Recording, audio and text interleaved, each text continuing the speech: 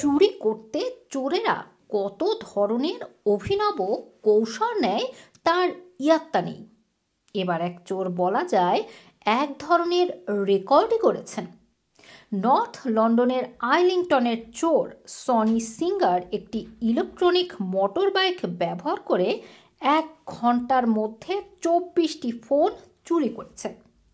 Central London এলাকায় phone চুরির এসব ঘটনা ঘটে। ইতোমধ্যে সে এই চুরির কথা স্বীকারও করেছে।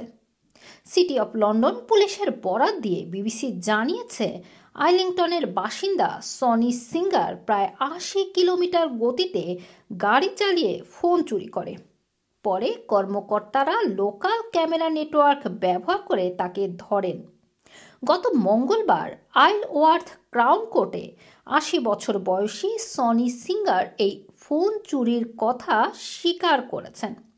সিঙ্গার এবং তার একজন সহযোগী গত 26 মার্চ ইলেকট্রনিক মোটর বাইকে সকাল 10টা থেকে 11টা 15 পর্যন্ত খুব দ্রুত গতিতে লন্ডন শহর ট্রাভেল করে এই চুরির ঘটনা ঘটায়। কন্ট্রোল অফিসার লিন নিউইনসন জানিয়েছেন, তারা তাদের ক্যামেরায় সন্দেহভাজন চোর এবং অপরাধীদের শনাক্ত করেন।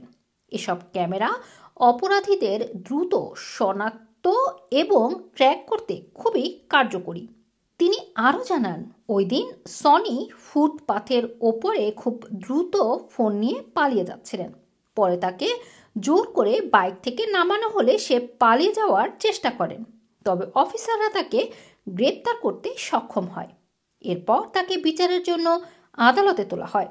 সনি বিপজ্জনক ড্রাইভিং এবং ইন্স্যুরেন্স ছাড়াই গাড়ি চালানোর কথা স্বীকার করেছেন।